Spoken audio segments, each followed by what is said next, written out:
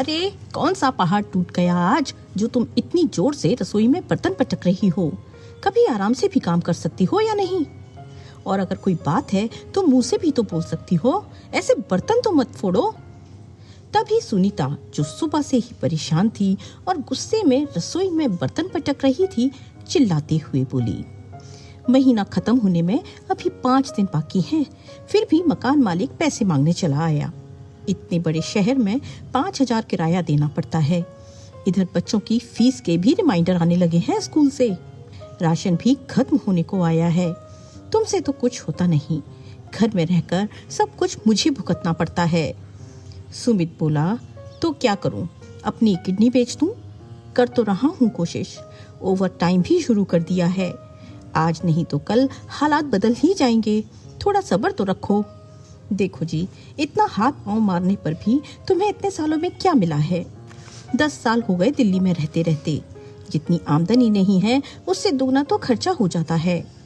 कितनी बार कहा है कि गांव की जमीन और मकान बेच दो, जो पैसा आएगा उससे हम अपना काम धंधा शुरू करेंगे, खुद का मकान बनाएंगे और इस रोज रोज की हाय हाय किटकिट से मुक्ति पाएंगे। मगर नहीं, तुम्हें तो शर्म आती है अपने पिता से बात करने में। आखिर उनके मरने के बाद भी तो सब कुछ हमारा ही होगा। अपना नहीं तो बच्चों के बारे में क्यों नहीं सोचते? सुमित कहने लगा, अब ऐसा तो नहीं कि वो आज ही मर जाएंगे। तुम क्यों ये फालतू की बकवास किए जा रही हो मेरे माँ बाप के बारे में?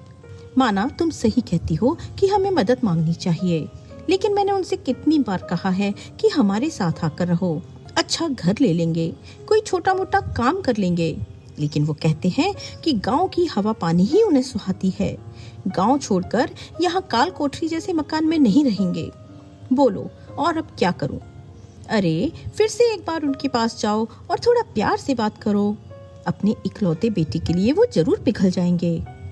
अच्छा एक काम करो, सर्दियों की छुट्टियां आ रही हैं, हम सब 10 दिन के लिए गांव चलते हैं और इस बार मैं माँ जी से बात करूंगी। हो सकता है उन्हें मेरी बात समझ में आ जाए और हमारा काम बन जाए। सुनीता इस तंगहाली से बहुत परेशान थी। हालांकि सुनीता खुद एक गरीब परिवार से थी, लेकिन बड़े शहर में आकर उसके सपने, उसकी ख्वाहिशें बहुत बड़े हो गए थे। वो कैसे भी अपना खुद का घर खरीदकर अपना बिजनेस कर अपना रहन सहन सुधारना चाहती थी, ताकि अपनी सहेलियों में अपनी धाक जमा सके। उसकी सहेलियां बहुत पैसे वाली थीं और सुनीता अपनी झूठी शान बताकर उनमें शामिल होती रहती थी। अभी कुछ दिन पहले ही उसकी सहेली राखी ने उसके घर पर पार्टी करने के लिए कहा, तो उसने जैसे तैसे करके टाल दिया। लेकिन उसकी भी इच्छा होती थी कि सब मेरे घर आए और मेरा रहन सहन देखें, और मैं भी सभी के सामने बोल सकूं कि मेरे पास भी सब कुछ है जो तुम लोगों के पास है। आखिर कब तक ऐसे उधारी में सामान खरीदकर शोभा करती रहूं और उन्हें टालती रहूं? एक ना एक दिन तो उन्हें अपने घर भी बुलाना ही पड़ेगा। यही सब सोचती हुई सुनीता कब गांव पहुंच गई उसे पता ही नहीं चला। सभी अपने घर पहुंचे और दरवाजे पर दस्तक दी। विमला जी ने दरवाजा खोला तो अचानक अपने बेटा बहू को और नाती पोते को आया देख वो चौंक गईं। उन्हें देख विमला और राम प्रसाद जी बहुत खुश हुए। बहुत अच्छा किया बेटा जो हमसे मिलने चले आए, वरना तुम्हें तो फुर्सत ही नहीं होती कि अपने बूढ़े माँ बाप को भी याद कर लो। अरे बाबूजी, याद तो आपकी बहुत आती है, लेकिन क्या करूं, फैक्ट्री में काम बहुत है। सुबह का जाता हूं, रात को आता हूं, खाना भी ठीक से नहीं खा पाता। और घर में सुनीता को भी बहुत काम रहते हैं, बच्चे संभालती है, उनका सारा काम, फिर उन्हें पढ़ाना, और फिर बच्चों के स्कूल की छुट्टियां भी बहुत कम होती हैं। मगर इस बार सब कुछ छोड़ छाड़ कर हम आपसे मिलने आ गए। विमला जी बोली, बहुत अच्छा किया बेटा, तेरे पिताजी तो यूं ही तंज कसते रहते हैं, इनकी बातों का बुरा मत मानना। चलो तुम लोग हाथ मुंह धो लो, मैं बढ़िया सा नाश्ता और चाय बना कर लाती हूँ।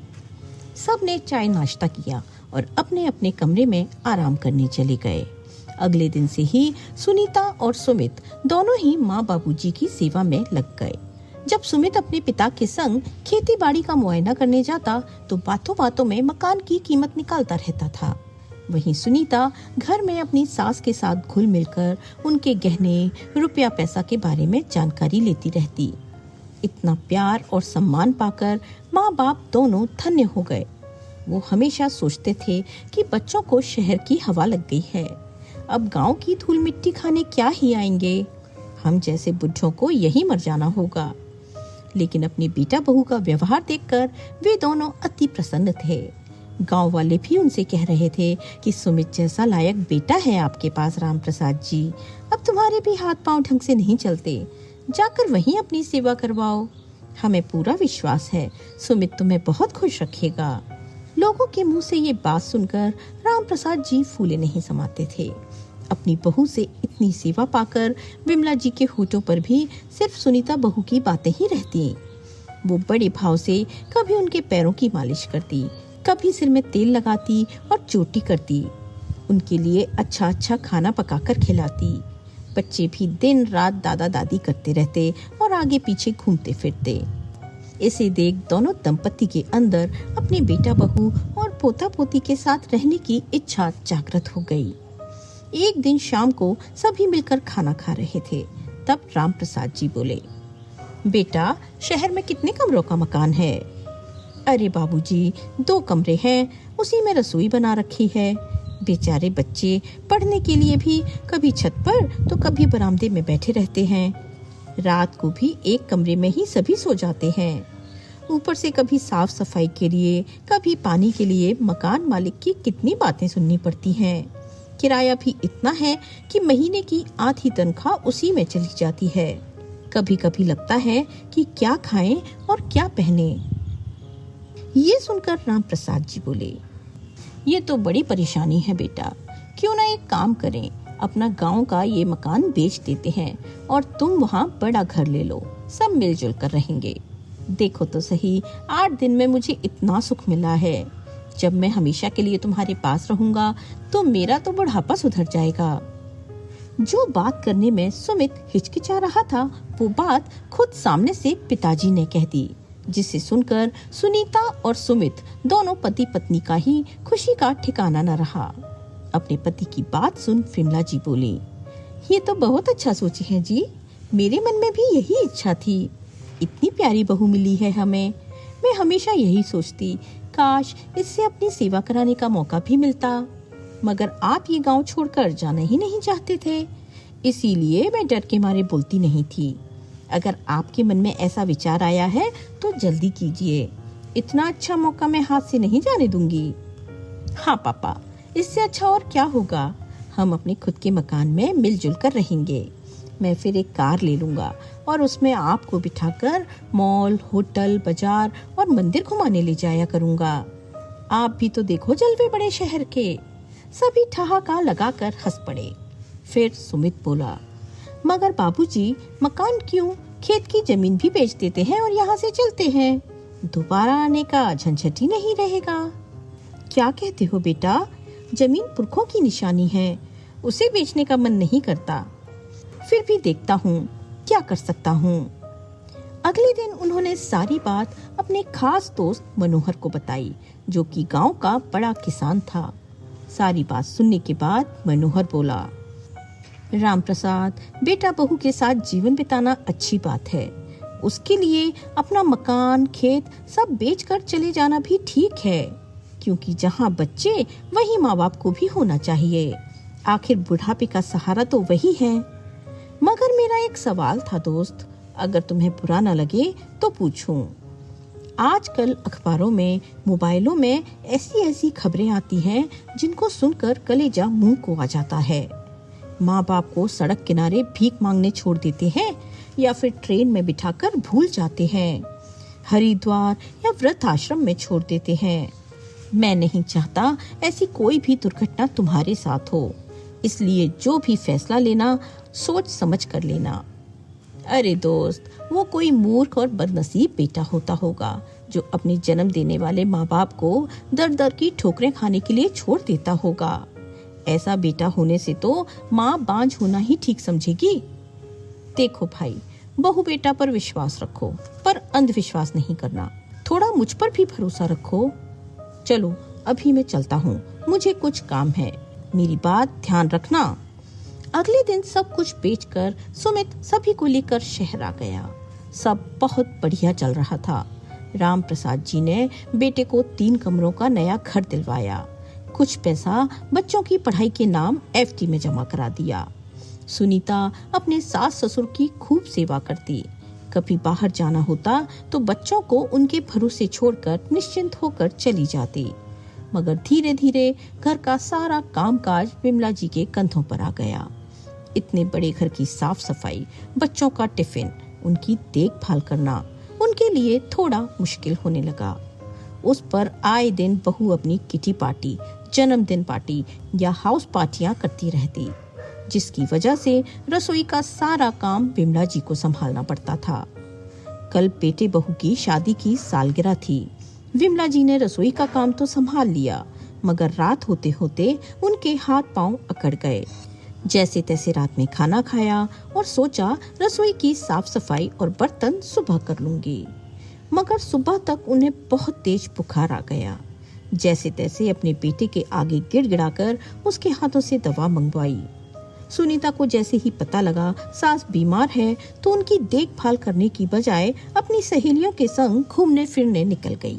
बच्चों के लिए बाजार से खाना ऑर्डर कर दिया। बड़ी मुश्किल से राम प्रसाद जी ने विमला जी के लिए खिचड़ी बनाई और उन्हें दवा दी। 2 दिन बाद विमला जी की तबीयत थोड़ी ठीक हुई तो वो उठकर काम करने लगी। तब राम प्रसाद जी उनका हाथ पकड़कर बोले, बस करो भाग्यवान, अब इस उम्र में तुमसे ये सब नहीं होता। मैं देखता हूँ क्या कर सकता हूँ। आज आने दो सुमित को, तब दोनों से बात करूँगा। जब सुमित और सुनीता घर आए तब अपने बेटे बहू से उन्होंने कहा, बेटा क्यों ना साफ सफाई के लिए काम वाली बाई लगा ली जाए, क्योंकि अब तुम्हारी माँ से इतना काम नहीं होता। ये सुनते ही सुनीता और सुमित बोले, कभी तबीयत खराब हो जाती है तो उसके लिए हम घर के नियम तो नहीं बदल सकते। और बाबूजी, मेरी तनख्वाह भी इतनी ही है कि घर खर्च निकल जाए, और बाकी के जो पैसे थे हमने घर खरीदने में लगा दिए। अब बाई को देने के लिए इतना रुपया कहाँ से आएगा? सुनीता और माँ मिलकर घर को संभाल रही हैं, तो उन्हें संभालने दीजिए, आप बस आराम कीजिए। मगर राम प्रसाद जी जानते थे बहू तो किसी काम को हाथ लगाती ही नहीं, और विमला जी कई दिनों से बीमार होकर भी कामकाज में लगी हुई हैं। बेटा, मैंने तेरे लिए इतना किया तो अपनी माँ के लिए काम वाली की व्यवस्था तो तू कर ही सकता है। सुनीता बहू को तो पार्टियों से फुर्सत नहीं, और फिर तू घर में रोज नया सामान लेकर आता है। कल ही की बात देख लो, तुमने सुनीता को शादी की सालगिरह पर नया सोने का हार सेट लाकर पहनाया है। ये सब देखकर मुझे नहीं लगता कि पैसों की कोई तंगी चल रही है।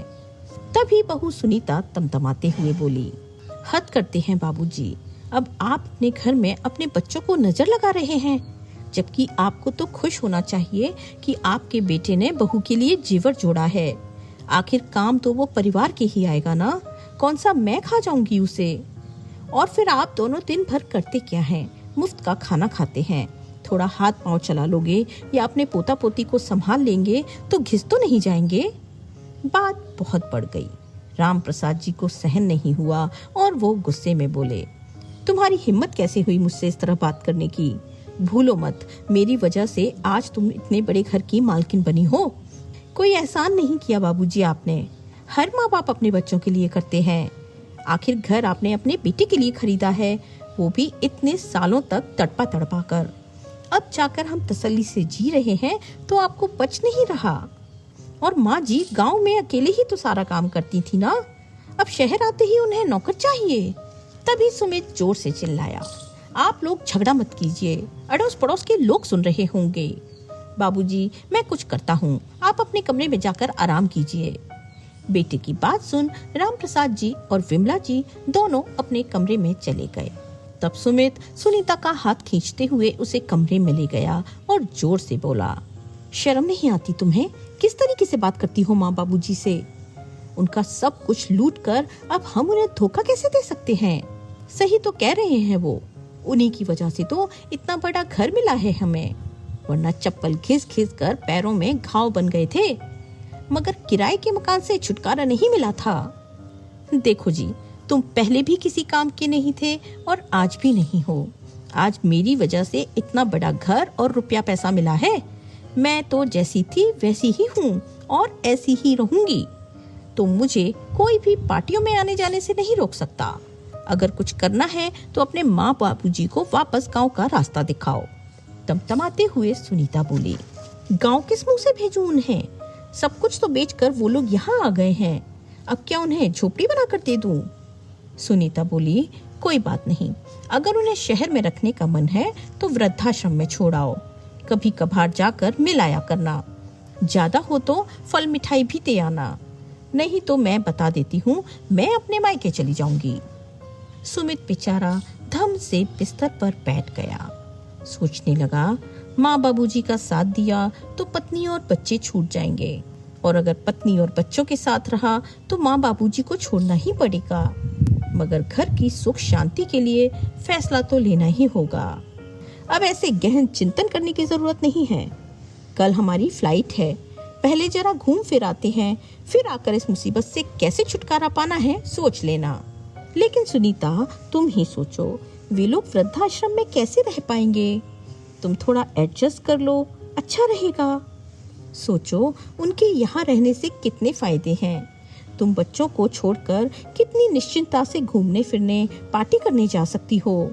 साफ सफाई, बागवानी की चिंता नहीं रहती, और माँ बढ़िया बढ़िया खाना बना के खिलाती हैं। मुझे तुम्हें परेशान नहीं करना पड़ता। बच्चे स्कूल से आते हैं, उन्हें दादा दादी का प्यार मिल जाता है, और जब कभी हमें घूमने जाना हो तो घर में ताला भी नहीं लगाना पड़ता। फ्री की चौकीदारी अलग से। उन दोनों के इस घर में रहने से बहुत फायदे हैं, थोड़ा समझो। सुमित लगभग गिड़गिड़ाते हुए बोला, देखो सुमित, बात तो तुम्हारी 100% सही है, लेकिन आज जो उन्होंने कलेश किया है उसके बाद तो मैं उन्हें 5 मिनट भी बर्दाश्त नहीं करूंगी। मगर तुम कहते हो तो उन्हें हमारे घर लौटने तक इस घर में रहने की परमिशन देती हूँ, मगर उसके बाद उनका बोरिया बिस्तर यहाँ से बन जाना चाहिए। और अगर तुम्हारा दिमाग अभी भी ठिकाने में नहीं आया और माता पिता के चक्कर में मुझे एडजस्ट करने को बोला, तो मुझे 1 मिनट नहीं लगेगा दोनों बच्चों को यहाँ से लेकर जाने में। और दूसरा, मैं तुम तीनों पर मानहानि का केस कर दूंगी। फिर काटते रहना कोर्ट कचहरी के चक्कर। उसके बाद जीत मेरी ही होगी। तब देते रहना भरण पोषण के लिए गुजारा भत्ता, और पड़े रहना अपने बूढ़े माँ बाप के साथ। फिर सुनीता गुस्से में पैर पटकती हुई अपने कमरे से बाहर चली गई। शायद सुमित के अंदर अपने माता पिता के लिए दया भाव बाकी था, इसलिए वो बार बार सुनीता को समझाने की कोशिश कर रहा था, मगर कहीं ना कहीं कमजोर भी पड़ रहा था, क्योंकि बात बच्चों की भी थी। क्या किया जाए, कुछ समझ नहीं आ रहा था। चलो फिलहाल शिमला मनाली जा रहे हैं, वहीं पर कुछ ठंडे दिमाग से सोच विचार करूंगा। ऐसा सोचकर सुमित ने अपने कपड़े डालने शुरू कर दिए। अगले दिन चारों बच बच कर घर से निकलने लगे तो विमला जी बोली, अरे बच्चों, मैंने तुम लोगों के लिए नाश्ता तैयार कर दिया है, अचानक कहाँ जा रहे हो? कुछ अनहोनी के अंदेशे से डर कर सुनीता जी बोली, माँ जी, जरूरी था ना आपको टोकना? अगर इतना ही प्यार था तो कल इतना चिल्लम चिल्ली करने की क्या जरूरत थी? कल तो बाबूजी को बड़ा कष्ट हो रहा था आपके काम करने से, और आज आप हमारे लिए नाश्ता तैयार कर रही हैं।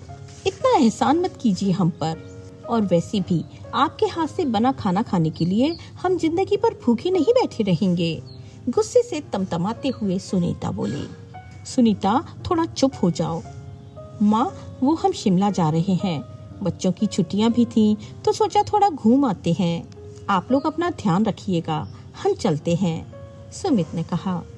सुमित सबको लेकर बाहर गाड़ी के पास चला जाता है, मगर तभी विमला जी ने देखा कि सुमित किसी काम से अपने कमरे में वापस आया है, तो विमला जी दौड़कर रसोई में गईं। बड़ा सा खाने का डिब्बा पैक करके राम प्रसाद जी से बोली, सुनिए जी, अभी वो लोग निकले नहीं हैं, एक काम कीजिए, ये डब्बा उन लोगों को बाहर पहुंचा दीजिए। मेरे पाँव में दर्द है, वरना मैं ही चली जाती। राम प्रसाद जी गुस्से में बोले, तेवर देखे तुमने अपनी बहू के? किस तरह अपने बाप समान ससुर से जुबान लड़ा रही थी, और अब तुम चाहती हो कि मैं नौकरों की तरह उसे खाना देने जाऊं? आप भी ना, यही सब आपके बेटे ने किया होता तो थोड़ा भी नहीं सोचते।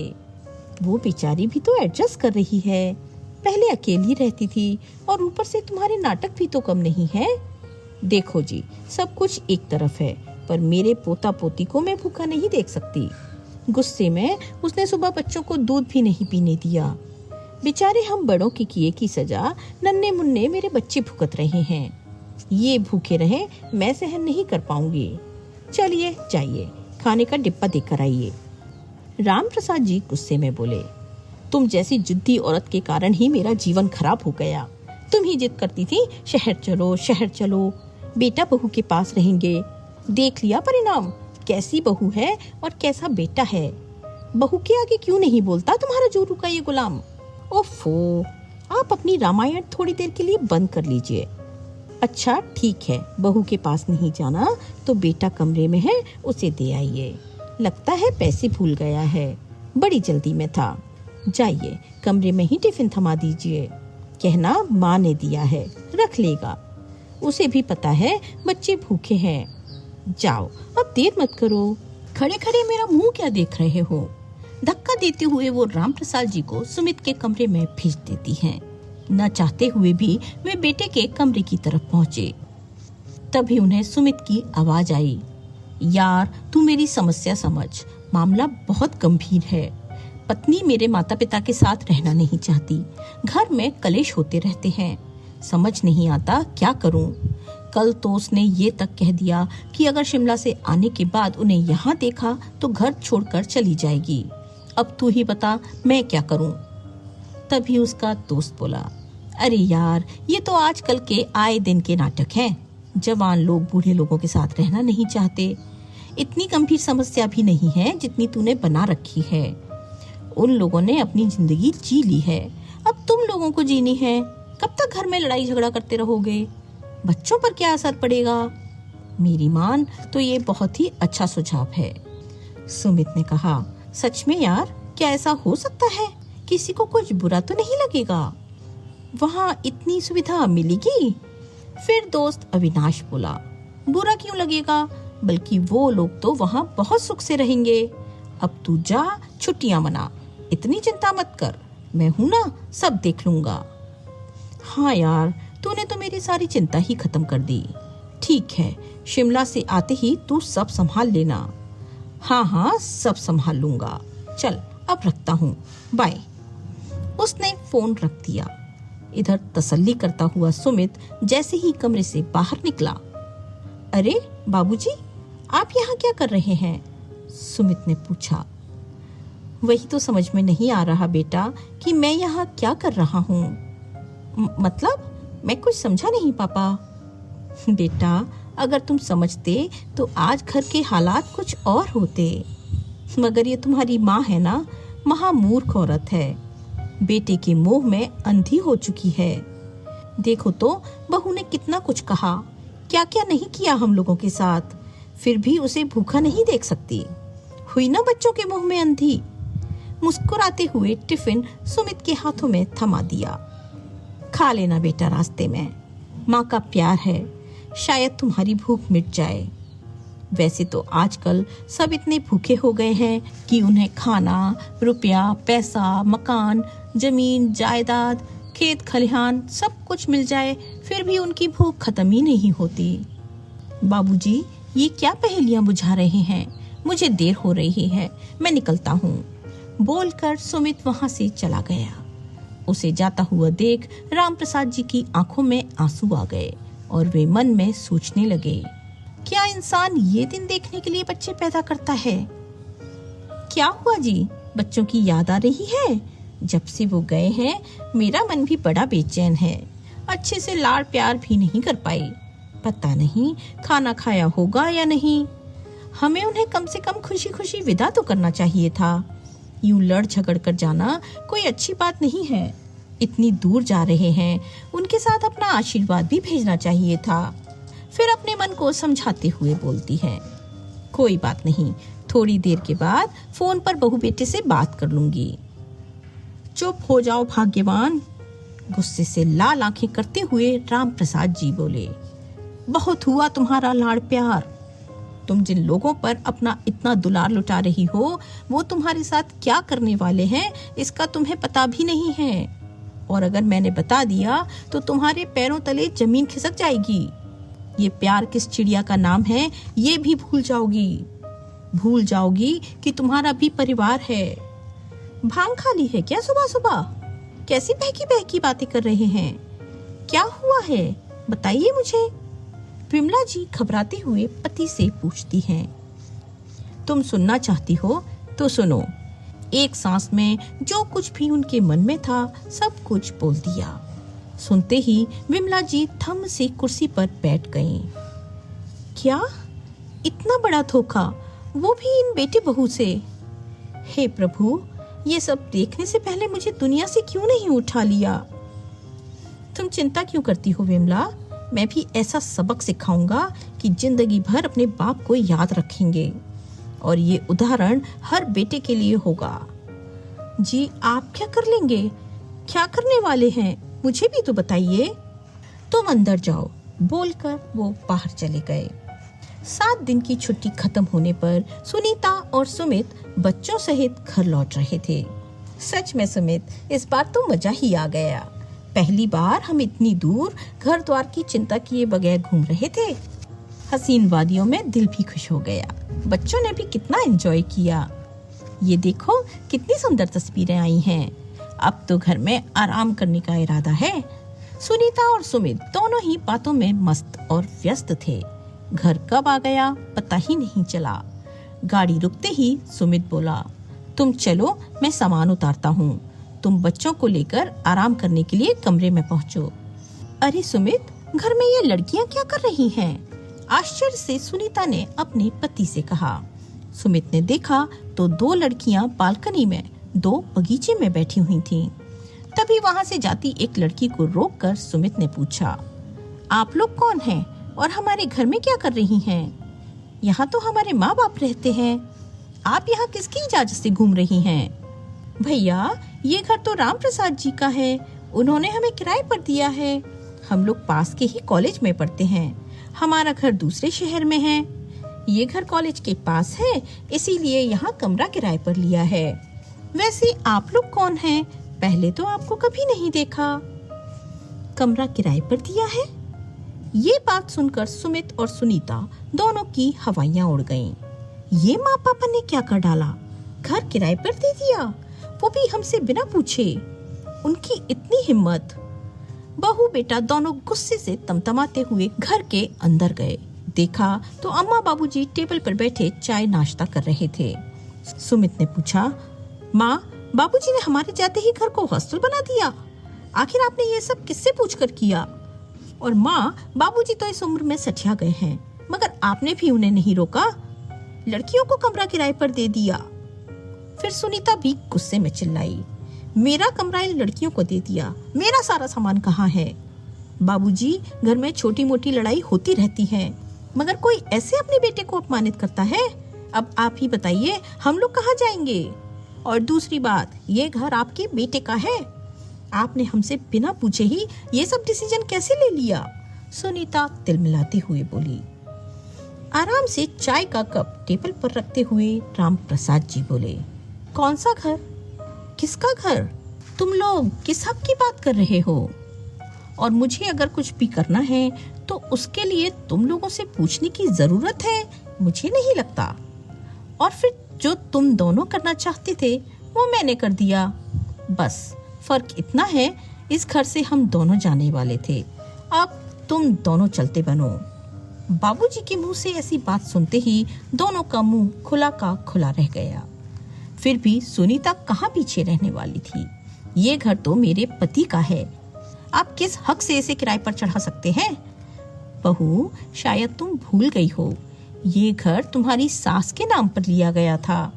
पूछो अपने पति से, टैक्स बचाने के चक्कर में उसने महिला सीनियर सिटीजन के नाम पर रजिस्ट्री करवाई थी। पैसे बचाने थे इसे, इस चक्कर में बड़ी भूल कर दी इसने। मगर इसकी ये भूल हमारे लिए अच्छी साबित हुई। मगर बाबूजी, आप भूल रहे हैं, पिता की प्रॉपर्टी पर बेटे का पूरा अधिकार होता है। हम कोर्ट कचहरी कर आपसे अपना हक लेकर रहेंगे। आगे की सारी बात वकील साहब तुम्हें बताएंगे। इतने में वकील माधव और उनके गांव के खास दोस्त मनोहर जी वहां पहुंच गए। वकील साहब बोले, कानूनन इस घर पर तुम्हारा कोई हक नहीं है, क्योंकि इस घर में लगा सारा पैसा राम प्रसाद जी की किसानी की कमाई का लगा है, जिसके गवाह खुद मनोहर जी हैं, जिन्होंने खेत की जमीन खरीदी है। तो जो भी कुछ है सब राम प्रसाद जी का है, और उनकी मर्जी के बगैर तुम्हें फूटी कौड़ी नहीं मिल सकती। करते रहो लाख कोर्ट केस। सारी बाजी हाथ से जाते हुए देख सुनीता गिरगिट की तरह रंग बदलती हुई बोली, माँ, बाबूजी, आखिर गलती तो बच्चों से ही होती है। बड़ों का फर्ज है उनकी गलती पर उन्हें समझाएं, उन्हें डांटें, मगर इस तरह घर से बेघर कर देना तो गलत है। कुछ नहीं तो आप अपने पोता पोती की सोचो, क्या करेंगे, कहाँ जाएंगे बेचारे। सुमित भी कहने लगा, हाँ पापा जी, जरूर कोई गलतफहमी हुई है और उसके चलते आप इतना बड़ा कदम उठा रहे हैं। छोटे मोटे झगड़े आखिर किस घर में नहीं होते, उन्हें सुलझाना चाहिए, ना कि दूसरों को बुलाकर घर में तमाशा करना चाहिए। उसका इशारा वकील साहब और दोस्त मनोहर जी पर था। आप समझिए बाबूजी, बाहर वाले लोग आकर सिर्फ हंसी उड़ाते हैं। सिर्फ घर वाले ही होते हैं जो एक दूसरे की समस्या को समझ सकते हैं। अब तो आज तक चुप रहने वाली विमला जी भी बोल पड़ी, वाह बेटा, तेरी नसीहत सुनकर तो मैं बहुत खुश हुई। कम से कम तुझ में इतनी अकल तो है। आज जान गए कि बाहर वाले और घर वाले में क्या फर्क होता है। लेकिन अब तू मेरी नसीहत सुन। अपने बेटा बहू पर यकीन करके मैंने दुनिया के सबसे बड़ी गलती की। तुम लोगों पर इतना भरोसा किया, सब कुछ तुम पर वार दिया, यहाँ तक कि तुम्हारे बाबूजी से भी लड़ाई की। हर बार यही कहती रही, शांति बनाए रखो, घर का मामला है, सुलझ जाएगा। मगर तुमने तो हमें वृद्धाश्रम भेजने का पूरा इंतजाम कर लिया था। सुमित और सुनीता को तो काटो तो खून नहीं। वो एक दूसरे की शक्ल देखने लगे। अब राम प्रसाद जी बोले, घबराओ मत बेटा, ये बात तो मैंने उसी दिन सुन ली थी जिस दिन तुम शिमला जाने के लिए निकल रहे थे। चाहता तो मैं उसी दिन तुम दोनों को घर से बाहर निकाल देता, लेकिन तुम मुझे आश्चर्यचकित करते उससे पहले मैंने ही तुम्हें हैरान कर डाला। मैं तुम्हें बताना चाहता था कि प्लान तुम ही नहीं मैं भी बना सकता हूँ।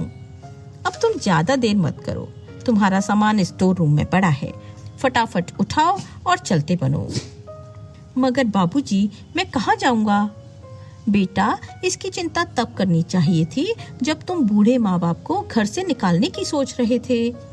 बेटा, अगर ऐसा होता तो मैं भी तुम्हारे दादा दादी को निकाल देता, मगर मैंने भी तो उम्र भर उनकी सेवा की।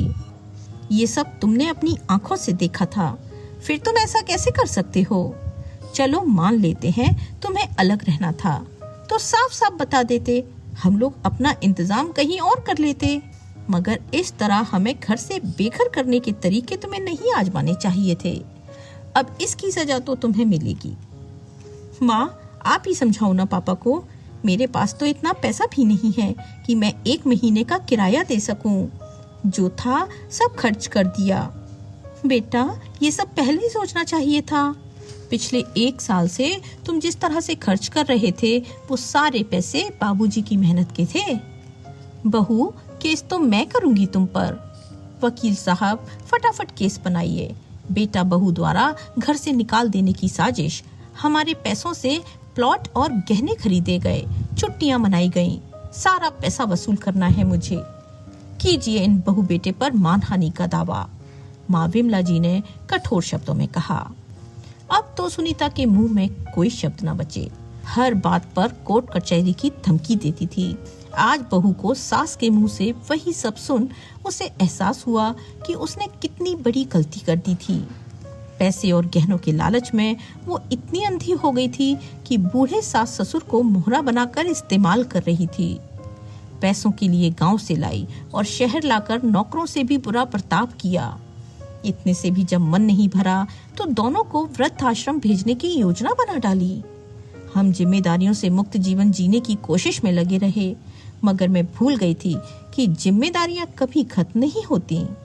तभी सुनीता हाथ जोड़कर अपने सास ससुर से बोली, माँ, बाबूजी, आपने जो किया अच्छा किया, हम इसी लायक हैं। मुझे तो सुमित ने कई बार रोका भी, मगर मैं नहीं मानी। मेरी वजह से आज एक बेटे पर से माँ बाप का भरोसा उठ गया है। सोचती हूँ अगर कल को यही सब मेरे साथ हुआ होता तो। मगर अब मैं अपनी भूल सुधारने की कोशिश करूंगी, सिर्फ इसीलिए नहीं कि मुझे रुपया पैसा चाहिए, बल्कि इसलिए कि देवता समान माता पिता का दिल दुखाने का प्रायश्चित करना है। राम प्रसाद जी और विमला जी दोनों ही दोबारा अपने बेटे बहू की बातों में नहीं आना चाहते थे। जब एक बार भरोसा उठ जाए तो दोबारा करने में बहुत मुश्किल होती है। फिर भी अंदर से मन पिघल रहा था, मगर बाहर से सख्त बन रहे थे, क्योंकि अब उनमें और धोखा सहने की हिम्मत और ताकत दोनों ही नहीं बची थी। दोनों चुपचाप घर से चले गए। घर के पास ही मकान किराए पर लिया ताकि माँ बाबूजी का ख्याल रख सकें। कभी सामान लेने के बहाने तो कभी माँ बाबूजी को देखने के बहाने दोनों घर के चक्कर काटा करते थे। सुनीता पहले जैसी नहीं रही। वो अपनी सास के लिए अपनी पसंद की सब्जियां बनाकर लाती तो कभी बाबूजी के लिए मिठाई लेकर आती थी। सुमित भी इसी बहाने से बात करने की कोशिश करता, मगर अब वे सिर्फ हाँ या ना में ही जवाब देते। हाँ, बच्चों के साथ खूब हंसते बोलते थे। घर में कमाई का जरिया सुमित की तनख्वाह ही थी। खर्चे बढ़ रहे थे, इसलिए सुनीता ने अपनी फिजूल खर्ची बंद कर दी और एक टिफिन सेंटर शुरू कर दिया, जिसके 2 मकसद थे। पहला तो कमाई और दूसरा माँ बाबूजी के घर पर निगरानी। उसे अच्छे से पता था कि वे लोग कभी आगे से बुलाएंगे नहीं, मगर सुनीता और सुमित जानते थे अब बाबूजी की तबीयत थोड़ी खराब रहती है। उन्हें अस्थमा था और अब फेफड़े भी साथ नहीं देते थे। उनका ध्यान रखना जरूरी हो गया था। मगर अब वे बेटा बहू पर विश्वास नहीं करते थे, लेकिन बेटा बहू ने भी विश्वास जीतने की ठान ली थी। एक दिन सुनीता लड़कियों को डिब्बा पहुंचाने घर पहुंची तो देखा बाबूजी हॉल में बेहोश पड़े थे। पीछे से विमला जी मंदिर से पहुंची। वो उन्हें ऐसी हालत में देखकर रोना पीटना चालू कर देती हैं। माँ जी चुप हो जाइए, इस तरह रोने चिल्लाने से कुछ नहीं होगा। चलिए बाबूजी को उठाकर पलंग पर लेटा देते हैं। खबरदार, जो इन्हें हाथ भी लगाया तो। विमला जी तमतमा गईं। दूर हो जा मेरी नजरों से, आज तुम्हारी वजह से ही तुम्हारे ससुर की ये हालत है। न तुम हमको ऐसे धोखा देती और ना हम ऐसे घुट घुट के जी रहे होते। अच्छे भले गांव में सादा जीवन जी रहे थे, न जाने क्या सूझी जो तुम लोगों के छल कपट में फंस गए और अपना सब कुछ बेचकर यहाँ शहर आ गए। उसके बाद क्या कुछ नहीं हुआ हमारे साथ। तुमको क्या लगता है ये सब जो कुछ हुआ उससे हमें कुछ सुख मिला है? पहले जो विमला जी अपनी बहू पर जान छिड़कती थीं, आज वही उसे कोसी जा रही थीं, जिससे सुनीता को बहुत आत्मग्लानि हो रही थी। कहीं न कहीं वही इन सब घटनाओं का मुख्य कारण थी। माँ जी, मैं आपकी हर एक बात मानूंगी। आप कहेंगी तो मैं कभी आपको अपनी शक्ल भी नहीं दिखाऊंगी, मगर अभी बाबूजी को डॉक्टर की जांच की बहुत जरूरत है। शायद इन्हें दिल का दौरा पड़ा है, इसलिए पहले हम उन्हें हॉस्पिटल लेकर चलते हैं। मगर विमला जी तो जैसे पति की हालत देख पगला गई थीं। उन पर सुनीता की किसी बात का असर नहीं हो रहा था। सुनीता ने तुरंत एम्बुलेंस और फिर सुमित को फोन किया। सुमित को आने में देर लग गई, मगर तब तक एम्बुलेंस आ गई। उसने फटाफट बाबूजी को हॉस्पिटल पहुंचाया। डॉक्टर से बात करना, इलाज, दवा के लिए अस्पताल की भागा दौड़ी, सब कुछ करती रही। तभी सुमित दूर से लौट कर आया। ये सब क्या हो गया? सुनीता कुछ बोलती उससे पहले ही विमला जी ने जोर जोर से चिल्लाना शुरू कर दिया। ये सब तेरी और तेरी बीवी की वजह से हुआ है। हमारा सब कुछ तो लूट लिया तुमने, अब हमारी जान भी ले लोगे क्या? छोड़ क्यों नहीं देते हो हमारा पीछा? क्यों घर में बार बार आते हो, अपनी शक्ल दिखाते हो, जो तुम्हारा धोखा और फरेब याद दिलाता है? कहीं अभी भी तुम लोगों की कोई गंदी चाल तो नहीं? सुनीता बहू, कहीं तुमने ही तो कुछ नहीं किया, क्योंकि उस वक्त घर में तुम अकेली थी। बताओ, बाबूजी से कुछ कहा तो नहीं तुमने, जिसके कारण उन्हें दिल का दौरा पड़ गया हो? जरूर रुपया पैसा मांगा होगा और उन्होंने इनकार कर दिया होगा। बोलो, यही हुआ है ना? विमला जी बावरी सी हो गईं और बार बार अपनी बहू पर इल्जाम लगा रही थीं। तभी डॉक्टर आए और बोले, अम्मा जी, ये अस्पताल है, यहाँ जोर जोर से बात मत कीजिए।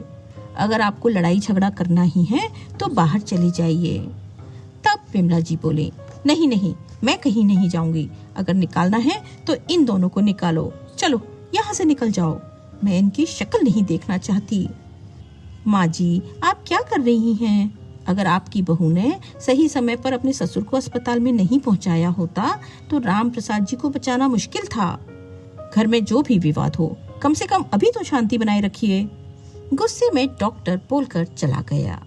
उसकी बात मानकर विमला जी थोड़ा शांत हो गईं, मगर उनके दिल और दिमाग में उठते सवाल ज्वालामुखी की तरह फूट रहे थे। उनकी शक की सुई सुनीता पर ही अटकी हुई थी। हो ना हो, बहू ने ही कुछ किया है। विमला जी की बात सुन सुनीता बहुत आहत हुई। सुमित का हाथ पकड़कर बोली, सुनिए जी, मैंने कुछ गलत नहीं किया। मैं तो वहाँ सिर्फ टिफिन देने गई थी, साथ में माँ बाबूजी की सेहत का हालचाल लेने गई थी। जब मैं वहाँ पहुँची तो बाबूजी तड़प रहे थे। मैं रसोई में पानी लेने गई, तब तक पापा जी बेहोश हो गए। मैंने उन्हें उठाने की बहुत कोशिश की। इतने में माँ जी आ गईं और जोर जोर से चिल्ला चिल्ला कर न जाने कैसे कैसे इल्जाम लगाने लगी। देखिए जी, पहले जो हमसे गलतियां हो गई, हम उन्हें सुधारने की पूरी कोशिश कर रहे हैं। मान भी लिया, कोई इतनी जल्दी माफी नहीं देगा, क्योंकि हमने काम ही ऐसा किया था। लालच में अंधे होकर अपने माँ बाबूजी को वृद्ध आश्रम में छोड़ने का सोचा था। मगर मेरी सोच इतनी भी गिरी हुई नहीं है कि मैं उन्हें मारने की सोचूंगी। छी छी, ऐसा तो मैं सपने में भी नहीं सोच सकती। आप माँ को समझाइए ना। तभी लंबी सांस लेकर सुमित बोला, नहीं सुनीता, अब मैं क्या बोल सकता हूँ। तुमने जो कुछ भी किया, माँ उसे माफ नहीं कर पा रही हैं। और अगर बाबूजी को कुछ हो गया तो मुझे लगता है वो तुम्हारी शक्ल भी नहीं देखना चाहेंगी। तो जो कुछ भी हुआ वो अकेले मेरे लालच में थोड़ी हुआ। आप भी सब कुछ चाहते थे। उन्होंने पैसा भी अपने बेटे और बेटे के बच्चों की खुशी के लिए दिया था, मगर आज सारा इल्जाम एक बहू पर लगा दिया गया है। माना मैंने अपने ऐशो आराम के लिए उन लोगों का उपयोग किया, लेकिन मैं उस गलती का प्रायश्चित पिछले 2 साल से कर रही हूँ। माफ ना करें ना सही, कम से कम मरने मारने का इल्जाम तो ना लगाएं। सुमित चुप हो गया, क्योंकि गलत कौन है इसका फैसला करने वाले हम कौन होते हैं। वक्त के आगे सब हार चुके थे। बाबूजी से न जाने कितनी बार सुमित व्यापार के लिए पैसे मांग चुका था, मगर वो कभी देने को राजी नहीं हुए। इसीलिए उसे छोटी सी नौकरी पर गुजारा करना पड़ रहा था, जिससे बच्चों का पालन पोषण करना भी भारी हो रहा था। धीरे धीरे सबकी जरूरतें भी बढ़ रही थीं, जिन्हें सुमित पूरा नहीं कर पा रहा था। कहीं न कहीं मलाल तो उसे भी था। शहर की जिंदगी जीने के लिए पैसा बहुत जरूरी है। यहाँ दिखावा भी है और जरूरत भी। दोनों के लिए पैसा ही सब कुछ होता है। अगर आपके पास पैसा नहीं हो तो कोई आपको पूछता तक नहीं। सोसाइटी में अपना दबदबा बनाने के लिए ज्यादा नहीं तो दिखावे के लायक पैसा होना तो जरूरी है। सुनीता ही क्यों, उसके भी तो शौक थे। अच्छा खाना पीना, अच्छे कपड़े लेना, उसका मन भी करता था, मगर नौकरी से यह सब करना मुमकिन नहीं था। जब भी बाबूजी पैसा देने के लिए मना करते थे, सुमित मन में सोच कर रह जाता था, कहीं न कहीं बाबूजी भी तो बेटे के गुनाहगार हैं। सही समय पर बेटे की मदद कर देते तो आज इस स्थिति में ना होते। बाबूजी के आज हाथ पांव चलना बंद हो गए। तब उन्होंने फैसला किया कि हम सब कुछ बेचकर बेटे के साथ शहर में रहेंगे। आखिर आराम तो वो भी चाहते थे।